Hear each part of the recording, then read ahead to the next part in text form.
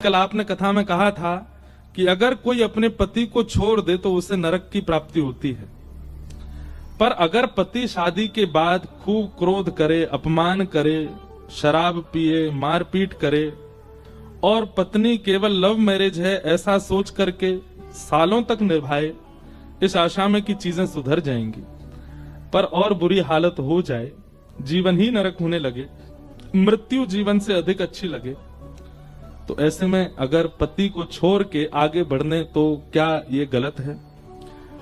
जल्दी में प्रेम में भूल हुई, पर क्या अब जीवन भर इसका ही साथ करना चाहिए? देखो, एक ऐसा स्टेटमेंट है कि शायद बहुत लोग इस स्थिति में होंगे और हमारा इस पर कुछ भी कहना कहीं कहीं गलत भी हो सकता है, कहीं कहीं ठीक भी हो सकता है। बहुत ध्यान से सुनिएगा, हम भागवत जी की बात कह रहे हैं।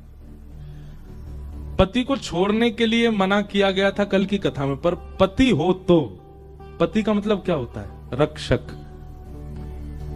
अगर आपके स्वभाव का, अगर आपकी मर्यादा का, आपके पत्नित्व का, आपके संबंध का अगर वो रक्षा करता तो ही वो पति है। अगर वो रक्षक नहीं है, अपने पतित्व का निर्वहन नहीं कर रहा, तो वो पति भी तो नहीं है ना। श्रीमद् भागवत जी कहती हैं, गुरुर न सस्यात्, स्वजनो न सस्यात्, दैवम न सस्यात्, पत्निश्च सस्यात्, पतिश्च सस्यात्। जो अपने पतित्व का भाव ना निभा रहा हो, आप धर्म पत्नी हैं, आप पाप पत्नी नहीं हैं। विवाह के बाद पति के बाम में बैठ करके उसके धर्म को बढ़ाने की क्रिया आपकी। अगर आपके बिना वो कोई भी धर्म करेगा, विवाह के बाद उसको फल नहीं मिलेगा, क्योंकि आप धर्म पत्नी हैं, आपके द्वारा ही धर्म उसको प्राप्त होगा।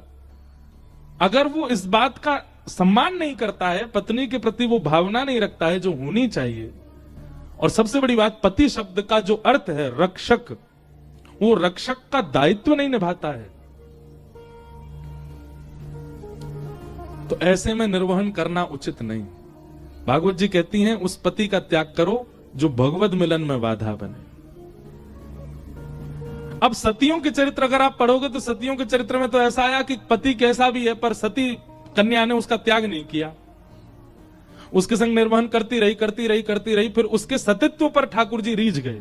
पर अगर आप सतित्व नहीं निभा पा रहे हैं और कहीं ना कहीं आप ठाकुर जी से विमुख होते जा रहे हैं, भक्ति से विमुख होते जा रहे हैं, पारिवारिक भावना, बालकों का उनकी अपब्रिंगिंग वो भी नहीं कर पा रहे हो, तो फिर ऐसे विवाह का निर्वहन किस कार्य का है? तो कुछ बातों का ध्यान रखिए। पहली बात, यदि रक्षा का दायित्व वो नहीं निभा रहे हैं। दूसरी बात, मातृत्व और पत्नित्व का सम्मान नहीं कर रहे हैं।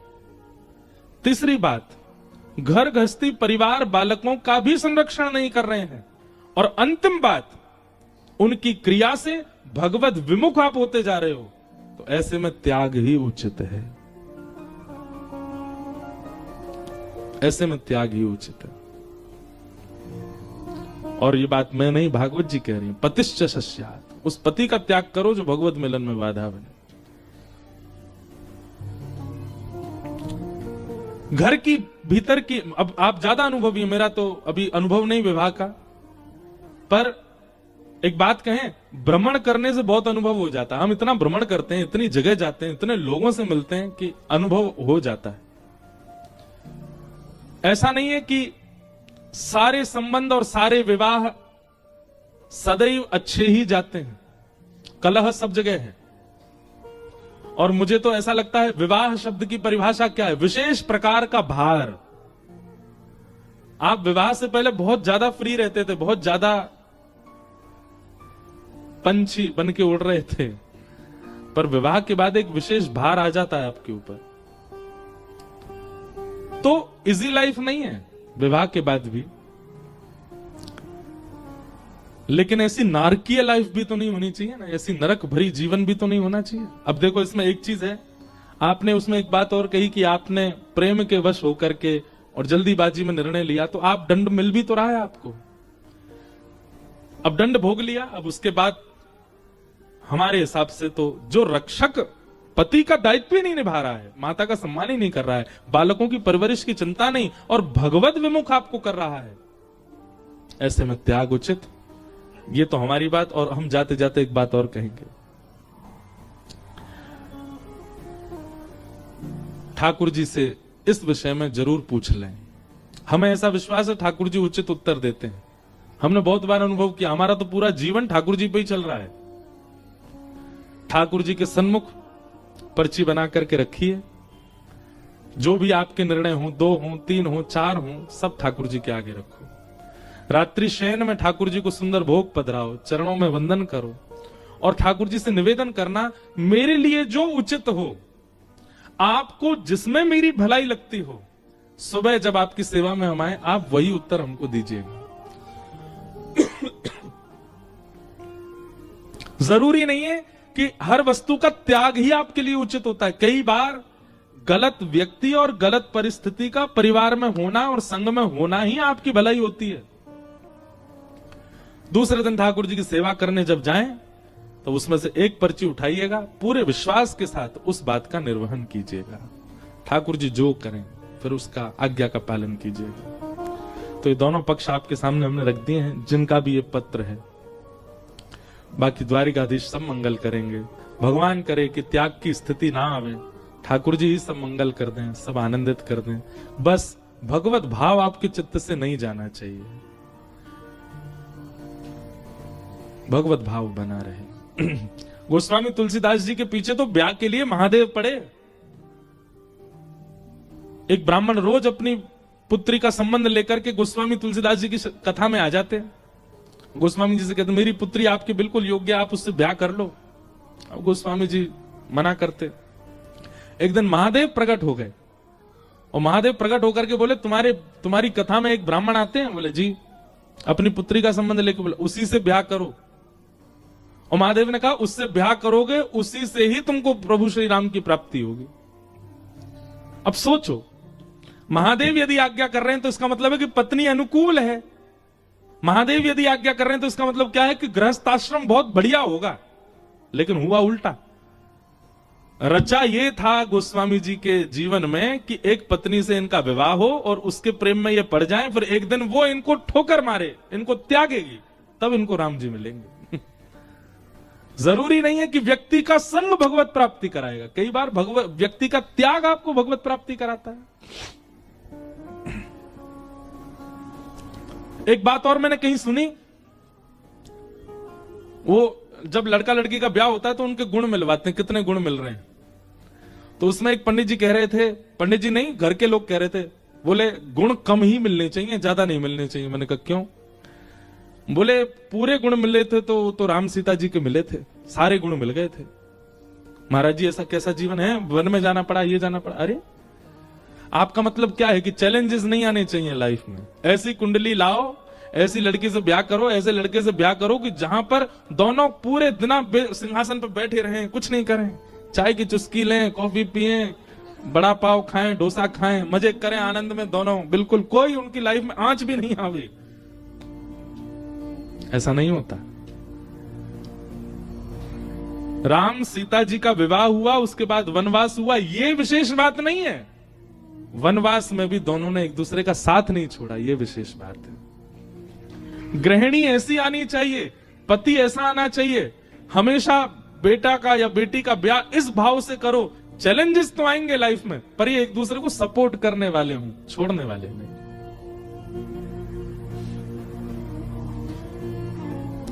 तो जिन बहन का भी ये भाव है, हम आपसे प्रार्थना करते हैं,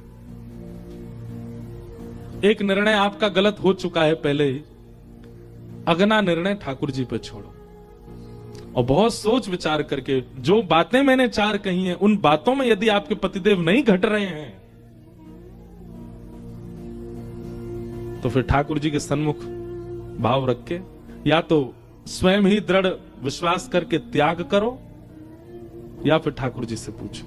और अगर ठाकुर जी कहें कि संग रहना है, उसके बाद सब त्याग दीजिए, बस ठाकुर जी की बात का निर्वहन कीजिए, शायद उसी में आपकी भलाई हो। और अगर ठाकुर जी कहें कि त्याग ही उचित है, तो फिर श्री द्वारिकाधीश के चरण सन्निधि ले लीजिए और आगे बढ़िए। बोलो द्वारिकाधीश की जय। ये सब प्रश्नों के उत्तर, कई भाव। इनमें एक प्रश्न और था, कोई होंगे भाई, उन्होंने कहा मेरा जन्म उस क्षेत्र में हुआ, सेवा में मैं द्वारिकाधीश जी के चरणों में हूं, ये भगवत कृपा है कि मेरे कर्म का फल है। आपका जन्म स्थान भी उचित है और कर्म स्थान भी उचित है, ये भगवत कृपा है। कृपा से ही ठाकुर जी के धाम प्राप्त होते हैं, कर्म के रूप में भी और जन्म के रूप में भी। आप मुंबई में जन्म ले रहे हो और करोड़ों कमा रहे हो, ये आपके कर्म का फल है। पर आप वृंदावन में जन्म ले रहे हो, द्वारिका में जन्म ले रहे हो, ठाकुर जी की भक्ति कर रहे हो, ये कृष्ण प्रसन्नता का फल है। तो ये उनकी प्रसन्नता है। आइए अब आगे के प्रसंग में हम लोग प्रवेश करें। ठाकुर जी ने सब ब्रजवासियों से कही, भैया पूजो, यही गिरिराज बाबा हैं, यही सबन के देवता हैं।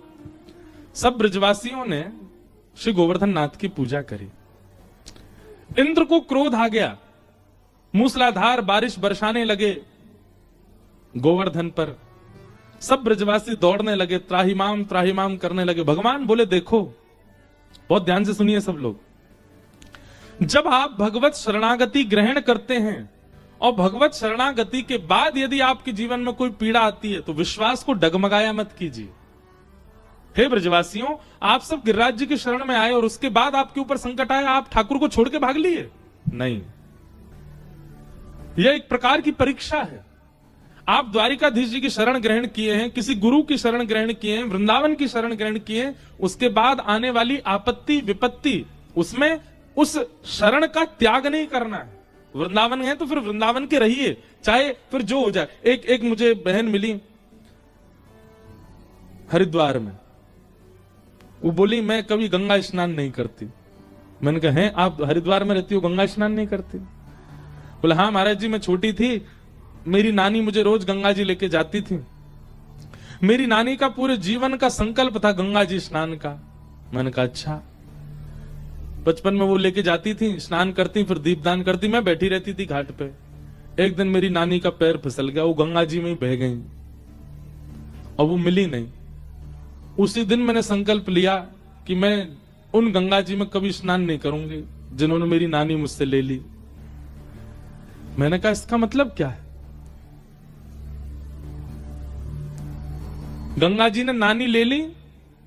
मैंने कहा, ऐसा भी तो हो सकता है कि तुम्हारी नानी की यही इच्छा हो कि जिन गंगा में जीवन भर हमने स्नान किया, हमारा देह भी वो गंगा जी ही स्वीकार करें।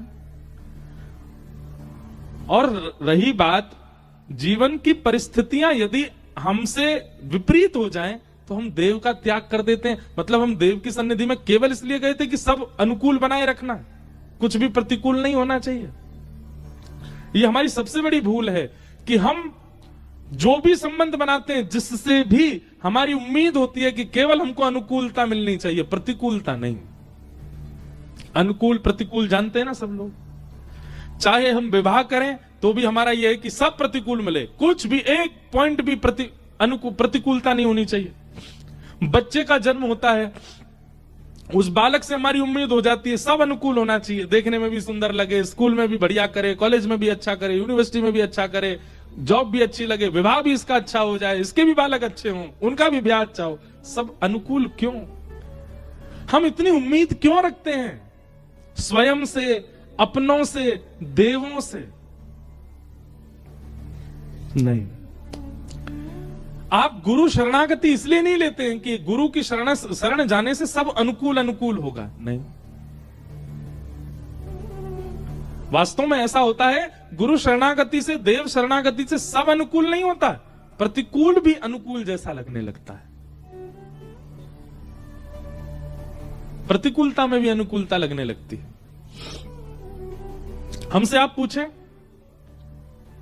हम अब ऐसी स्थिति हो गई है, भागवत जी कृपा करें, अब चाहे जो हो जीवन में, सब में ऐसा लगता है ठाकुर जी की इच्छा है। कोई व्यक्ति मिला, ठाकुर जी की इच्छा, कोई व्यक्ति छूट गया, ठाकुर जी की इच्छा, पांव में लग गई, ठाकुर जी की इच्छा, बिल्कुल स्वस्थ है, ठाकुर जी की इच्छा, जुकाम हो गया, ठाकुर जी की इच्छा, स्वस्थ है, ठाकुर जी की इच्छा। सब में भगवत इच्छा का अनुभव होने लग गया और मुझे लगता है यही सबसे बड़ी भक्ति की उपलब्धि है। कि आपको हर भाव में भगवत इच्छा लगती है। और ये केवल कहने तक ना रहे, वास्तव में हृदय से लगे कि ये भगवत इच्छा है।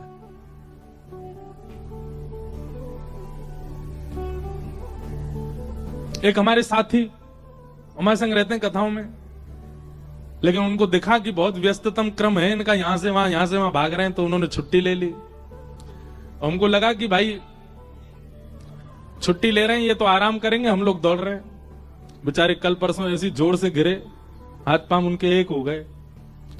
अब मैंने सोचा कि अगर ये कथा में होते तो इनके हाथ पांव में एक नहीं हुए होते। ठाकुर जी को इनको कुछ करवाना था तो कर दिया। इसलिए भगवत इच्छा को सर्वोपरि मानो, अपनी इच्छाएं कभी कभी गूढ़ कर लिया कीजिए।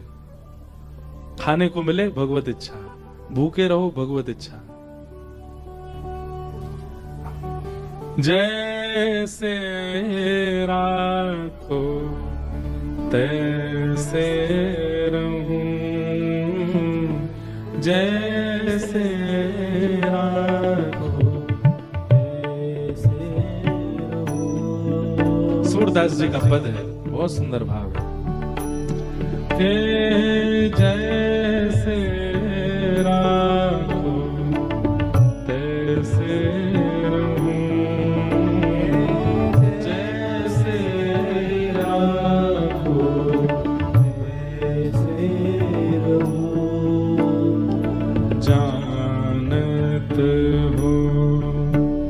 सुख दुख सब जन के जानत हो,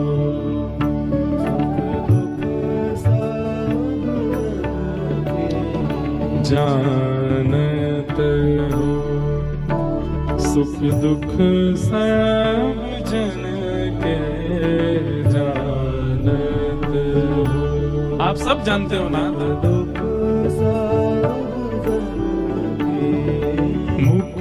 से कछु न कहूं,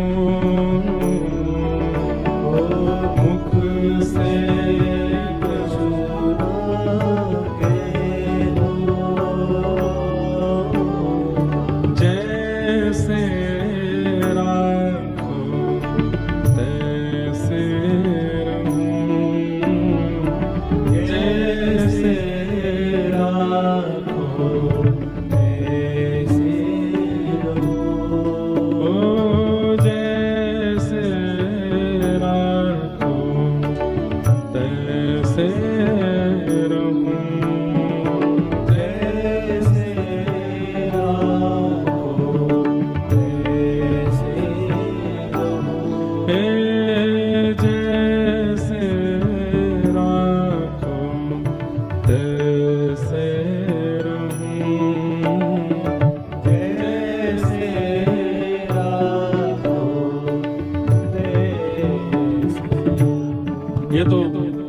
भाव भरा पद है, जैसे राखो तैसे रहूं। इसमें एक और सुंदर एक भाव है, हमारा गिरधर लाल थारो नचायो नाचूं रे, मारा गिरधर लाल थारो नचायो नाचूं रे, मारा नट राजा थारो नचायो नाचूं रे,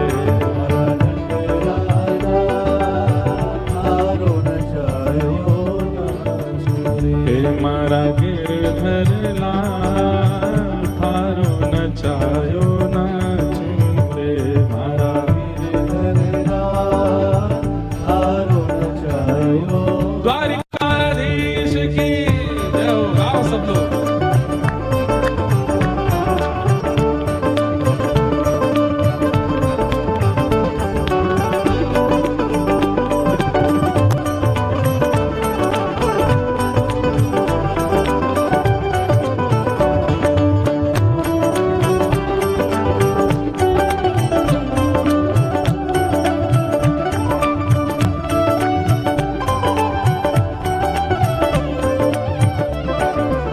भक्ति पथिक का जीवन कैसा होना चाहिए? जो रंग तपड़ा पहरावे वैसो ही स्वांग बनाऊं, जो रंग राघव ना पहरावे वैसो ही स्वांग बनाऊं। ओ जा रंग राघव ना पहरावे वैसो ही स्वांग बनाऊं,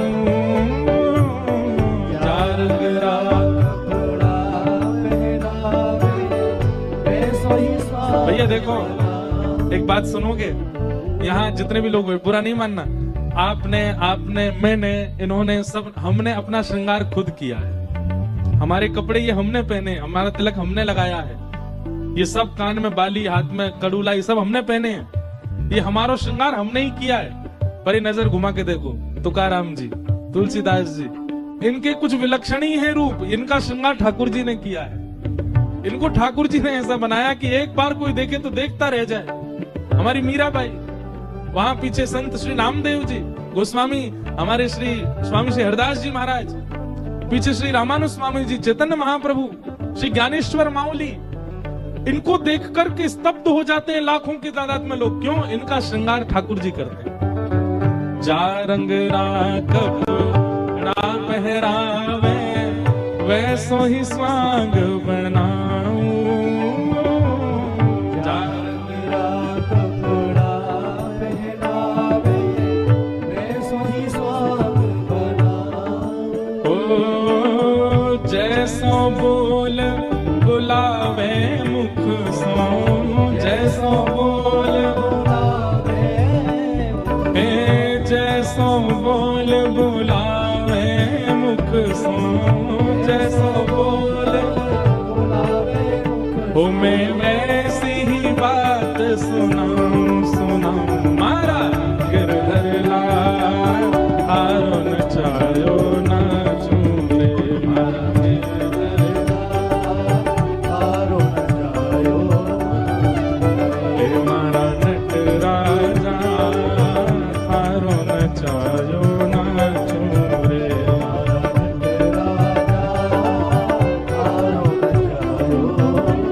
बजा के, हे मारा गिरधर लाल हारो नचायो नाचो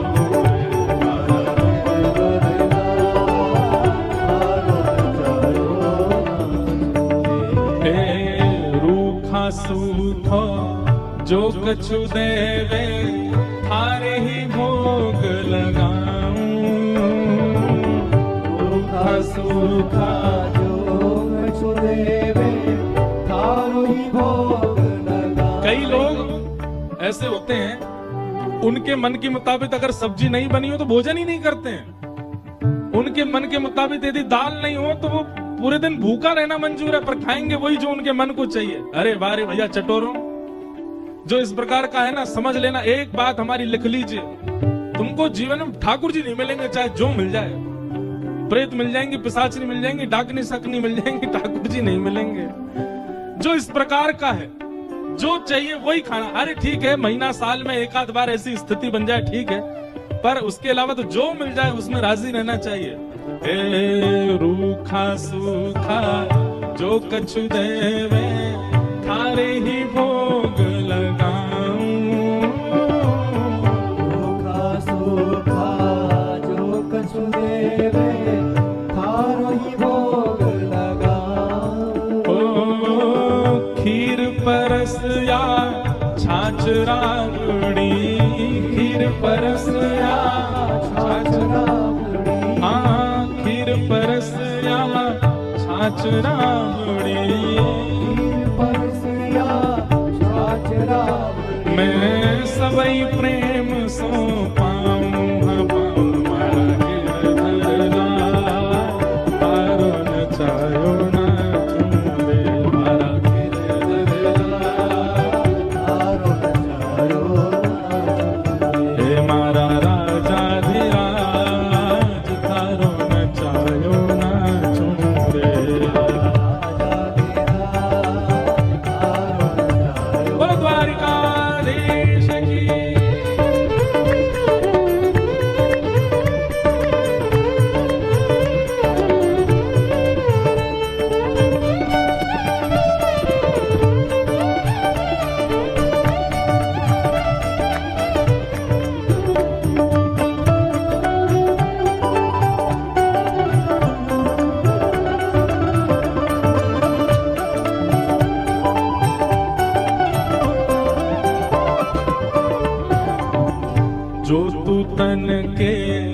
रोग लगावे, ओढ़ रजाई सो जाऊं, जो तो तन को रोग लगावे, ओढ़ रजाई सो जाऊं। अभी सर्दी है ना इसलिए रजाई बोल रहे, नहीं तो चद्दर है। अभी नहीं, वैसे तो चद्दर लिखा है।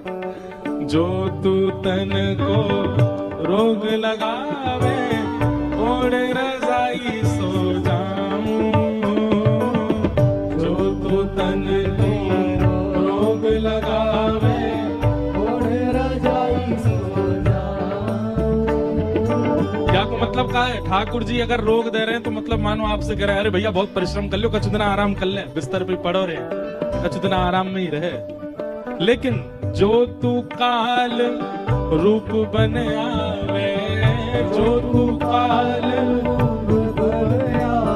कहीं बिस्तर में पड़े पड़े महाराज काल आ गया तो, मृत्यु का समय आ गया तो भी भक्त कैसा होना चाहिए? जो तू काल रूप बन आवे, जो तू काल तुम्हें लपक गोद में आऊं, मारा गिरधर राज, आरो न छायो न चूर, गिरधर राज, आरो न छायो न, हे मारा नट राजा, आरो न छायो न चूर, मारा नट राजा। और इस पूरी पंक्ति में सबसे सुंदर मुझे पंक्ति जो लगती है वो ये, भक्त अगर बने हैं और ये नहीं हो रहा है तो समझो भी भक्त बने नहीं हो। क्या? घर का प्राणी कहाँ ना माने, घर का प्राणी कहाँ न माने, घर का प्राणी कहाँ ना माने, घर का प्राणी कहाँ न माने। तो मन मन खुशी मनाऊं, मन मन खुशी मनाऊं। आप कह देते हो चलो गिरिराज जी, और घर के लोग सब लग जाते हैं वहां, चलो गिरिराज जी, चलो गिरिराज जी, चलो चलो द्वारिका, सब चल देते हैं द्वारिका। अभी ठाकुर जी राजी नहीं है, राजी कब जानो? वो महाराज जी कथा चल रही है द्वारिका, घर वालों से चलो द्वारिका। हे द्वारिका क्या जाएगा? क्या ये कोई तुमको बाबा जी बनना है क्या? कथा ही सुनते रहते हो पूरे दिन। कोई नहीं जाएगा द्वारिका, बैठे रहो घर पे। गिरिराज जी का 56 भोग करना। बोल कहां से इतना पैसा आ रहा है क्या 56 भोग करना? ठाकुर जी का दुनिया कर रही है 56 भोग, हम क्यों करें? बैठे रहो घर पे, वृंदावन घुमा लाओ एक बार। बोले चुपचाप पढ़ाई करो, अपने काम करो, ये सब क्या करना है? समझो ठाकुर जी आपसे राजी हैं, क्योंकि आपको उनकी प्राप्ति में बड़ी मेहनत करनी पड़ती है, सरलता से नहीं मिल रहे हैं। घर का प्राणी। अच्छा इसमें एक बात और है, घर के लोग अगर आपकी बात मानने लग जाएंगे तो कहीं ना कहीं आपका एक मोह घर वालों से हो जाएगा। अरे कितने अच्छे बेचारे मेरी बात तुरंत मान जाते हैं, लेकिन घर वाले बात नहीं मानेंगे तो जो थोड़ा बहुत मोह है वो भी निकल जाएगा उनके से। तो बढ़िया है, इसके प्रति जो मेरा मोह था थोड़ा वो भी खत्म। घर का प्राणी कहाँ ना माने, मन मन खुशी मनाऊं। घर का प्राणी कहाँ न माने, मन मन खुशी मनाऊं। और थारे इस मंगल विधान में, थारे इस मंगल विधान में, ओ थारे इस मंगल विधान में, थारे इस मंगल विधान में, मैं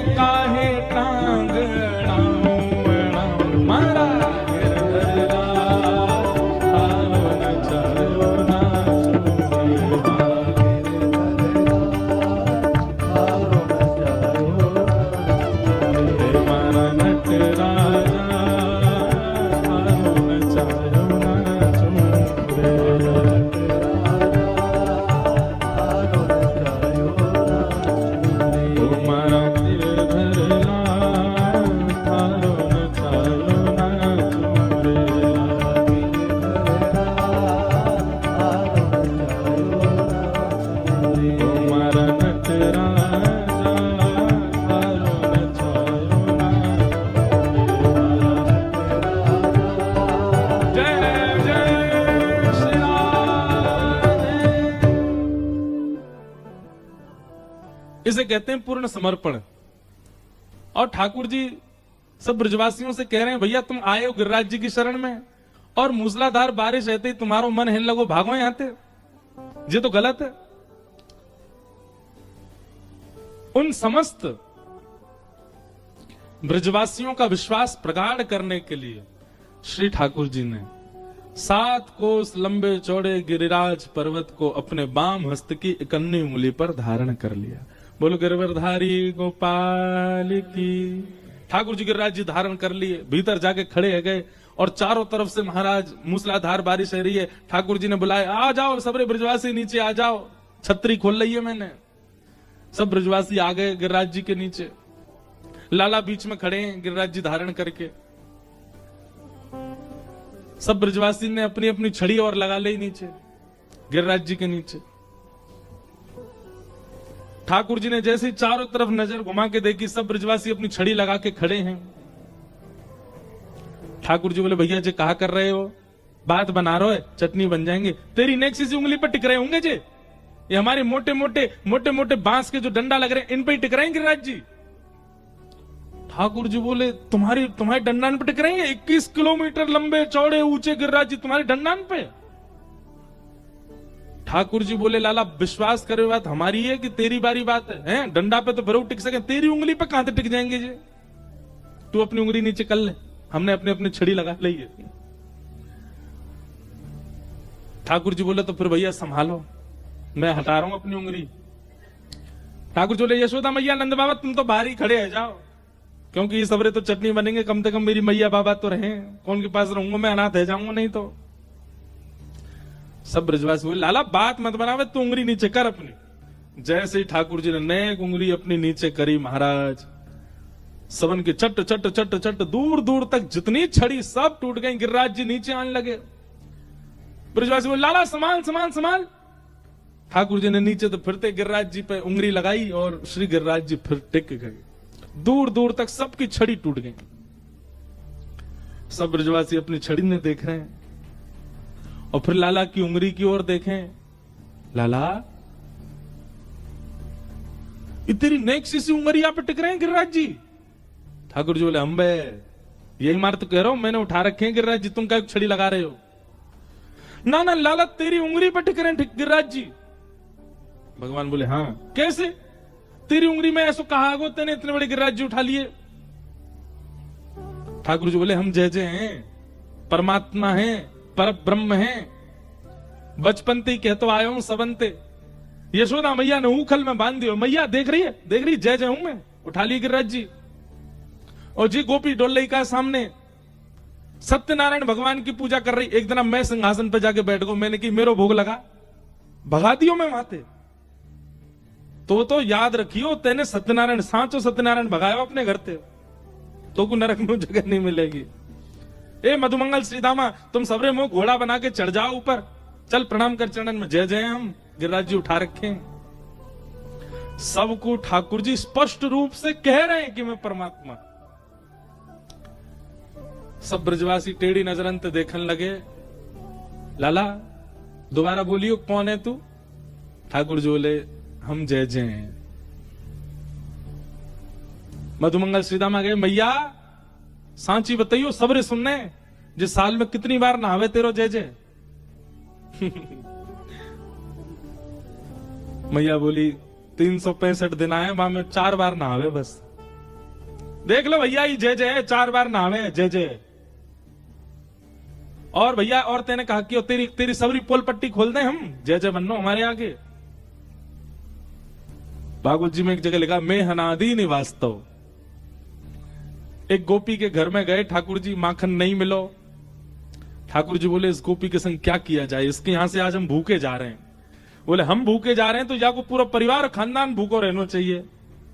सो ठाकुर जी अपनी धोती खोल खाल के वहां के चूल्हे पे बैठ के सब करे आए। मधुमंगल श्रीदामा बोले, जी जय जय है, ये जय जय है, ये ऐसे ऐसे कामन न करे।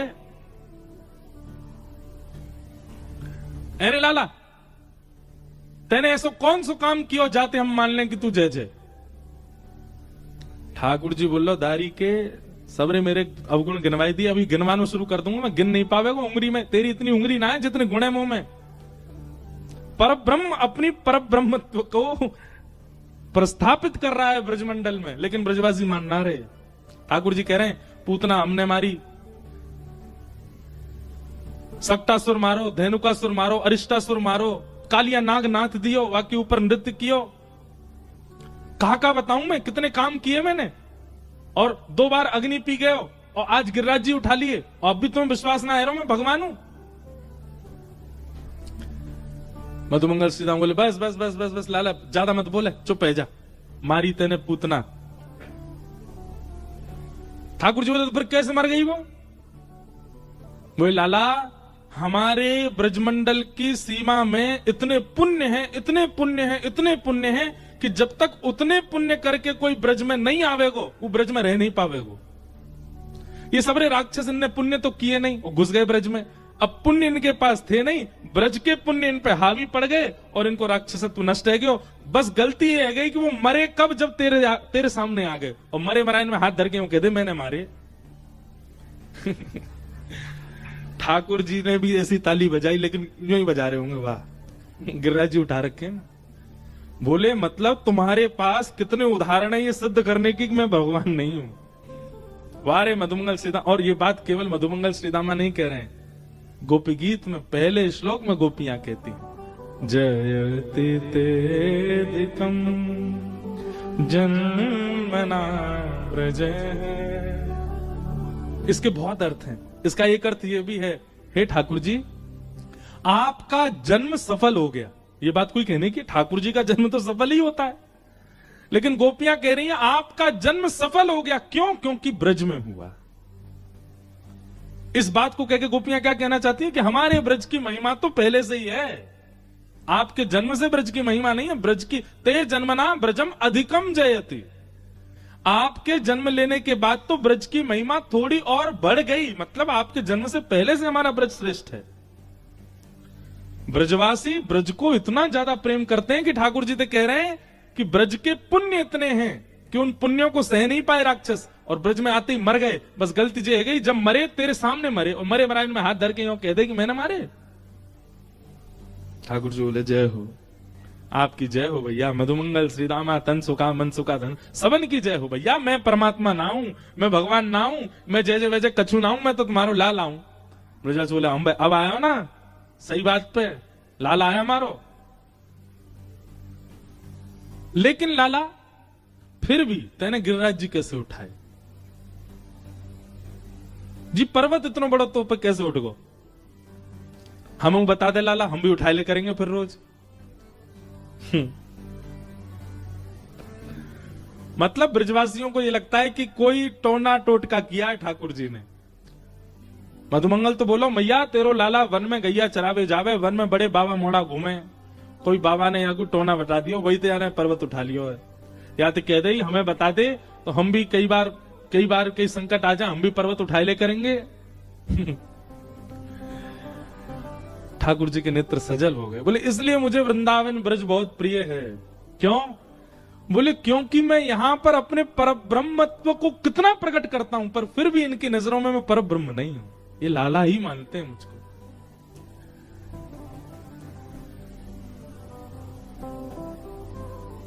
महाराज व्यक्ति 100 करोड़ का बंगलो बना ले, 10 करोड़ की गाड़ी में घूमने लग जाए, और महाराज बढ़िया सूट वूट पहन के रहने लगे, तो उसकी स्थिति देख करके व्यक्ति थोड़ा थोड़ा झुकने लग जाते हैं। क्यों?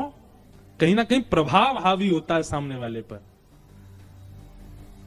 पर प्रेम का ये स्वरूप है कि प्रेम जब चित्त में होता है तो प्रभाव दिखता ही नहीं है, स्वभाव ही दिखता है। ठाकुर जी की समस्त लीला में हर स्थिति में प्रभाव का दर्शन होता है। वृंदावन में भी प्रभाव दिखता है, पर वृंदावन के ब्रजवासियों के प्रेमियों के आगे प्रभाव छोटा पड़ जाता है ठाकुर जी का। वो मानते ही नहीं है कि ये परमात्मा। नहीं तो एक बात बताओ, हमारे घर का बालक यदि सांप पकड़ ले, सांप क्या महाराज बिच्छू कॉकरोच छिपकली पकड़ ले तो इतना बड़ा लगने लग जाता, वाह भैया ये तो बहुत बलवान है, निडर है बिल्कुल है। ठाकुर जी तो कालिया नाग पर नृत्य करते हैं, और उसके बाद यशोदा मैया गोद में लेकर के गई, वही लाला तेने कालिया नाग पर नृत्य कैसे कर लियो? तू तो फोटो में देख ले तो डर जाए, चित्र में देख ले तो तू को भय लग जावे, तेने कालिया नाग पर नृत्य। मैया तू दूध पिवावे ना, तेरे दूध को बल है सबरो, तेरे दूध ते ही मुंह में बल आयो, मैंने कालिया नाग नथ दियो। यशोदा मैया विश्वास कर लेती हम बे, लाला ये तो मेरे प्रेम को भाव है, मेरे प्रेम को बल है, मेरे दूध को प्रताप है कि तू इतना बलवान काम कर दे। ठाकुर जी का प्रताप नहीं, ये ब्रज की स्थिति है, वहां पर ब्रह्मत्व नहीं देखा जाता। सब बोले लाला बता तो दे कैसे उठाए। कछु माखन को बल बढ़ो, कछु गोपन करी सहाय, श्री राधे जो की कृपा सो मैंने गिरिवर लियो उठाए। कछु तो मुंह में माखन को बल आयो, मैंने इतना मक्खन खायो भैया, ब्रजवासीन के घर घर को मक्खन खायो, आप सब ब्रजवासीन के घर घर को बल मुंह में आ गए हो। हाँ भैया तुम में तो कोई बचाओ जाके घर को मक्खन मैंने नहीं खायो। सब गोपी बोली ना लाला तेने सबन को, बोले सबरी गोपी के परिश्रम से निकरो भयो मक्खन मैंने खायो। वाह मक्खन में मक्खन ना हो, तुम सबन को परिश्रम ही आगे हो। या हमारे ये गिरिराज जी कैसे उठाए, इतनी सारी गोपीन को परिश्रम मेरी उंगली में आगो, मैंने गिरिराज जी उठाए। वाह कछु गोपन करी सहाय, आप गोप ग्वालन ने मेरी बड़ी सहायता करी। आप सब टकटकी लगा के मुंह को देख रहे, घूर करके मुंह को देख रहे, आप सबन की दृष्टि से आप सबन को बल न करके मुंह में आ गए हो, मैंने गिरिराज जी उठा लिए। कितनी सीधी बातों से ठाकुर जी समझा रहे हैं। हम आप लोग होते हैं ना तो ठाकुर जी को भी व्यंग में हंस के चले जाते, ये कोई बात है? मतलब हमने रोटी बना के खिलाई तो हमारा बल आ गया आप में? ठाकुर जी कैसी बात कर रहे हो, 21वीं सदी में पढ़े लिखों वाली बात किया करो ना। हम लोग चतुर हैं, हम लोग पढ़े लिखे, इसलिए सीधी बात से हम लोग मानने वाले नहीं है। ब्रजवासी बड़े सीधे हैं। ठाकुर जी कह रहे हैं तुम सबन को बल आ गए, तो सब ब्रजवासी मान भी रहे हैं। कई ब्रजवासी तो कहने लगे तभी तो हम कहें कमजोरी क्यों आ गई आजकल हम में, हमारा बल कहीं चलो गो, लाला ने ले लियो है। श्री राधे जू की कृपा से मैंने गिरिवर लियो उठाए। किशोरी जी की मुंह पे कृपा है गई और मैंने गिरिराज जी उठा लिए। ब्रजवासी बोले हम बे लाला अब आयो सही बात पे, ये तो गोपीन को ग्वालन को और श्री जी की कृपा है जो तेने गिरिराज जी उठाया, तो मैं कहां बल आयो। ठाकुर जी बोला हम सही कह रहे हो, मुंह में कहां बल है, ये तो सब आप सबन की कृपा है मुंह पे। लाला ठीक है राजी रहे, खड़ो रहे ऐसे जब तक बरसा बंद नहीं हो। और सुन लाला कहा हम सबरे 56 भोग पामेंगे गिरिराज बाबा को प्रसाद, और 56 भोग पाके पेट भर के फिर तो को देखेंगे तो हमारा बल फिर तो में आ जाएगा, तो उठाए रखियो। ठाकुर जी बोले बहुत बढ़िया ऐसे करो। ऐसे सब ब्रजवासी भोले के भगवान है ठाकुर जी, चतुरन के नहीं। चतुरन की चर्चा जगत में भोरेन को भगवान, बेचारो भोलो भंडारी। ठाकुर जी ब्रज की एक रसिया में गाते हैं, मुझे भोले बहुत पसंद है। ऐसे ठाकुर जी ने गिरिराज धरण लीला की, बोलो गिरिराज धरण की। 7 दिन तक उठा करके रखा। 7 दिन बाद ठाकुर जी ने यथावत गिरिराज जी को व्यवस्थित कर दिया और श्री गिरिराज गोवर्धन लीला विश्राम हुई। गायों ने भगवान का नाम गोविंद रखा और तत्पश्चात रास पंचाध्याय की कथा प्रारंभ हुई। एकादशी व्रत का महात्म बताया गया और अब रास। भगवान पिता रात्रि शरदोत्फुल्ल मल्लिका विक्षरन्तुम मनश्चक्रे योग मायामुपाश्रिता। भगवान पिता रात्रि, बहुत ध्यान से सुनिएगा। अब सब लोग बिल्कुल एकाग्र चित्त होकर के बैठो और ध्यान से श्रवण करो। रास का प्रसंग भगवान ने द्वारिका में भी रास किया है और ब्रज की गोपियों के साथ, किशोरी जी के साथ रास किया है द्वारिका में भी, उसकी भी एक लीला आती है। कुरुक्षेत्र में भी रास किया है जब सूर्य ग्रहण के लिए, जहां ब्रज द्वारिका मिलन महोत्सव हुआ। और वृंदावन तो रास भूमि है ही। रास का मतलब क्या है? अगर हम कहते हैं द्वारिका में रास किया तो आपके मन में क्या भाव आ जाता है? ठाकुर जी यहाँ पे नाचे। नाचने को रास नहीं कहते, नृत्य रास नहीं है। ठाकुर जी ने पंढरपुर में भी रास किया है। वहां भी रास का प्रसंग है। रास का मतलब नृत्य नहीं होता। रास का मतलब क्या होता है? श्रेष्ठ होने के बाद भी अपने प्रेमियों को प्रायोरिटी देना, वो रास कहलाता है। भगवान ने जूनागढ़ में भी रास किया है नरसिंह मेहता के साथ, मेवाड़ में भी रास किया है मीराबाई के साथ। जहां ठाकुर जी अपने भक्तों के लिए विचार करके सहज हो जाते हैं, उसी स्थिति को रास कहते हैं। सीधी बात, आप कथा सुनने आते हैं, आप द्वारिका आते हैं, आप द्वारिकाधीश का दर्शन करते हैं, आप कथाओं में नृत्य करते हैं, ये सब क्या है? ये रस है। लेकिन ठाकुर जी आपके पास जब आ जाते हैं, ठाकुर जी आपके घर आ जाते हैं, ठाकुर जी आपके हाथ का बना प्रसाद पा लेते हैं, ठाकुर जी आपके गले में गलवैया डाल लेते हैं, ठाकुर जी आपके लिए जब सहज हो जाते हैं, उसी को कहते हैं रास। रस और रास में ये अंतर है। पंडाल में जितने लोग बैठे हैं, हम सब रस के उपासक हैं, हम सब रस के भोगी हैं, और जितने भी ये चित्र बैठे हैं, ये सब रास के उपासक। इन्होंने रास किया है, इनके साथ ठाकुर जी ने रास किया है।